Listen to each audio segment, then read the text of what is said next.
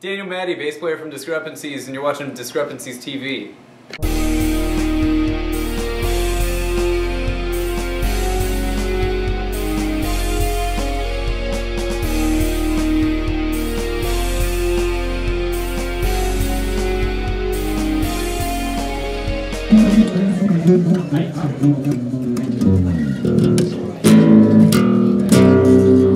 I didn't really listen to music very much as a kid. Like, I didn't even hear, like, I kind of heard things on, like, TV, like, little theme songs and shit like that, but I never really actually heard music and listened to, like, a full song until, like, I was 14 or 15.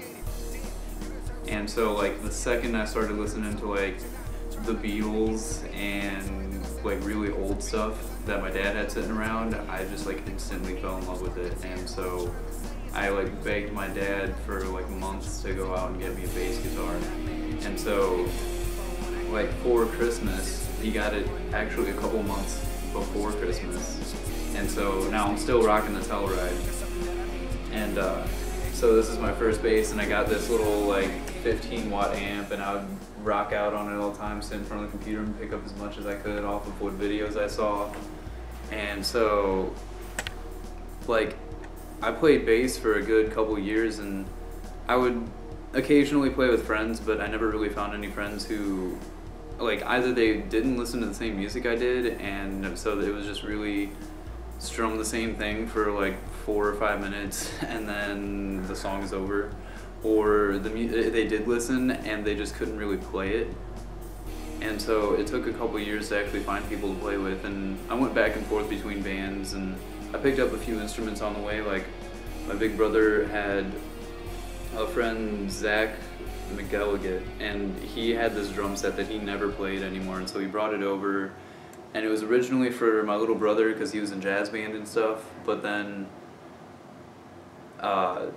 during, like, my little brother barely played it too, and so I ended up hopping on it, and so I really started to listen to, like, Bullet for My Valentine around then, and so I was just jamming out to all the double bass there, and then it was really easy, so it was really easy to pick it up. And then after that I started going back and forth between, like, I got really into the heavy metal scene, so it was all, like, double bass and, like, crazy blast beats and stuff like that. And recently I've been doing, like, a lot of jazz. Jazz has been really fun, but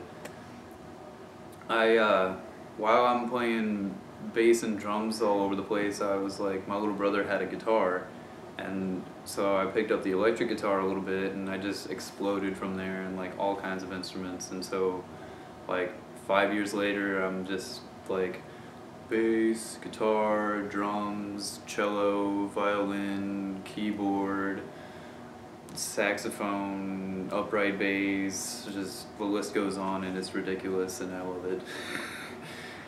And so, looking for bands, I was just like, yeah, I'll play anything. And so, I went through a couple bands, like, some of them needed drummers, and I did really awesome there, and some of them need bass players or rhythm guitarists or crap like that. And going through all these bands, none of them were, like, organized, none of them, like, really had their stuff together. And so I would be the one that did everything. And so I finally came across Garrett and Addison, and they're like, we're starting up a band, and we got tours set up and all that kind of stuff. And so I was like, okay, I'll play bass for you guys, and it's ended up working out pretty well. We're supposed to be doing stuff pretty soon. Yes. Okay. It's just like crap. It was like.